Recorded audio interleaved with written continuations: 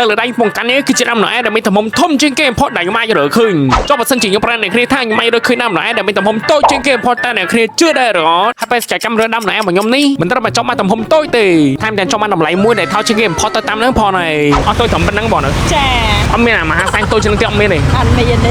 ហើយចាំមើលនៅក្នុងវីដេអូនេះថាតាញ់មិនរកឃើញដាំណែមានទំហំតូចខ្លាំងប៉ុណ្ណាដែរហើយដើម្បីជប់ជ័យពេលសកម្មក្នុងការដើរនេះគឺថាខ្ញុំមានផ្លូវ3ផ្សេងៗពីគ្នាដែលត្រូវអនុវត្តផ្លូវទី1ខ្ញុំទៅការរត់នៅកន្លែងគេលក់ដាំណែទី2ខ្ញុំទៅការរត់នៅកន្លែងផ្សារទំនើបក៏ដូចជាផ្លូវទី3ខ្ញុំទៅការរត់នៅកន្លែងផ្សារលក់អវ៉ាន់និងនៅតាមម៉ាកលក់អវ៉ាន់ផ្សេងៗជាដើមហើយក៏បានទៅការអនុវត្តផ្លូវទី1មុនគេយកតែមកក្នុងការស្វែងរកនៅកន្លែងគេលក់ដាំណែដំទីក្រោយមកក៏បានទៅដល់កន្លែងគេលក់ដាំណែពេលនោះខ្ញុំបានកាប់បន្តជាមួយវត្តទៀតគឺថាពិតជាខ្ពស់ជាបន្តខ្ញុំមែនតើហើយអ្នកនេះដាំណែតូចនៅដាំណែហ្នឹងបងមានអាតូចជាងទៀតបងមាន5សង់តែម៉ែត្រអត់មានតែប៉ុណ្ណឹងចឹងមានថាហ្នឹងអស់តូចធំហ្នឹងបងហ្នឹងសូម្បីតែអ្នកលក់ក៏គាត់ថាមានផលដែរអ្នកនេះដល់ចង់ខាប់ពេលច្រើនទេខ្ញុំក៏បានជាយាមរត់នៅកន្លែងទីតាំងផ្សេងៗទៀតបងអញ្ចឹងនៅនេះមានដាំណែតូចជាងទៀតបងហ្នឹងអត់មានទេបងអីអាហ្នឹងឯងអស់តូចចង់បាន5សង់តែម៉ែត្រ5សង់តែម៉ែត្រវាតូចពេកពេលចឹងអត់មានបើនិយាយពីរឿងសួរហើយនឹងរកវិញគឺថាឡើងពីកន្លែងហើយអ្នកនេះហើយចម្លើយវិញនោះគឺអត់មានពេលនោះទេក៏បានទៅដល់កន្លែងទីតាំងទី3របស់យើងស្រាប់ពេលនោះក៏បានឃើញដាំណែទួយមួយទៀតហើយអ្នកនេះចំពោះទំហំវាវិញគឺថា18សង់ទីម៉ែត្រអត់តូចត្រឹមប៉ុណ្ណឹងបងហ្នឹងចាអត់មានអាមហាសាញ់តូចជាងនេះអត់មានទេអត់មានទេប៉ុន្តែខ្ញុំមិនតន់សន្មតថាវាគឺជាដាំណែតូចជាងគេបំផុតបានទេគឺថាខ្ញុំប្រឹងប្រែងធ្វើយ៉ាងណារកអាទូជាងនឹងឲ្យបានទៀតហើយចំពោះតម្លៃថោកជាងគេម្ដងទូចនឹង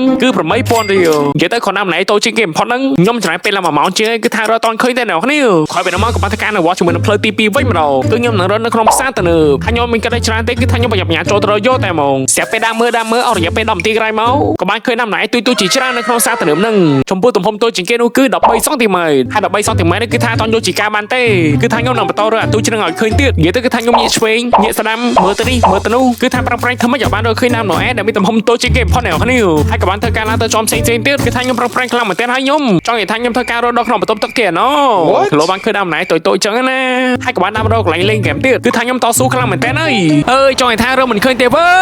យបើនិយាយពីរឿងរកវិញគឺថាឡើងចង់ចុក3ម៉ោងហើយអ្នកនេះហើយចង់បញ្ចប់ចេញមកវិញបានត្រឹមស្កបបៀមួយគ្រាប់ប៉ុណ្ណោះអ្នកទាំងនេះកុំភ្លេចជួយ follow page ខ្ញុំម្នាក់មួយផងណាអរគុណច្រើនក្រោយពីនោះមកក៏បានធ្វើដំណើរទៅដល់សាទំនើបផ្សេងមួយទៀតមកដល់សាទំនើបទី2ខ្ញុំសង្ឃឹមថាខ្ញុំនឹងរកបានដាំណែដែលមានទំហំតូចជាងគេបំផុតអ្នកនេះនិយាយទៅគឺថាផ្នែកខ្ញុំប្រឹងប្រែងមើលខ្លាំងមែនទែនហើយមិនថានៅកន្លែងនេះឬក៏នៅកន្លែងនោះក៏ដោយហើយសូម្បីតែថោផ្កាដែលគេដាំហ្នឹងក៏ខ្ញុំនៅតែអត់លើកលែងដែរគឺថាខ្ញុំនៅឆ្លៀតស្មៃនៅដាំណែដែលមានទំហំតូចទៀតមិនធំថោផ្កាទេគឺថាខ្ញុំមើលរកដើមឈើទៀតណូគីឡូបានឃើញដាំណែតូចចឹងណាហើយការដើររបស់ខ្ញុំនេះគឺថាទៅដល់កន្លែងគេលក់កាទៀតនិយាយទៅគឺថាខ្ញុំពិតជាកំពុងអ្នករកខ្លាំងមែនទែនហើយចម្លើយនោះគឺអត់មា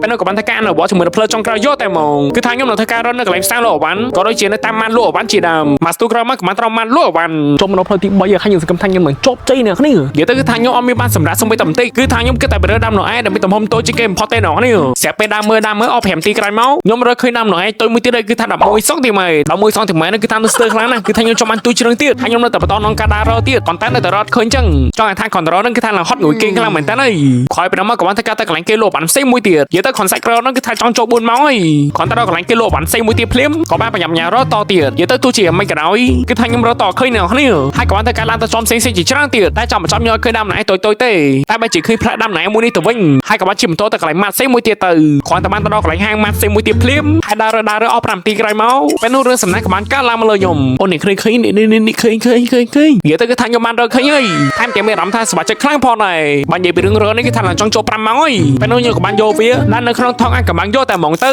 ហើយចាំមើលនៅក្នុងថងអាកំបាំងមួយនេះមានដាំណែតូចខ្លាំងប៉ុណ្ណាដែរបាទ3 2តា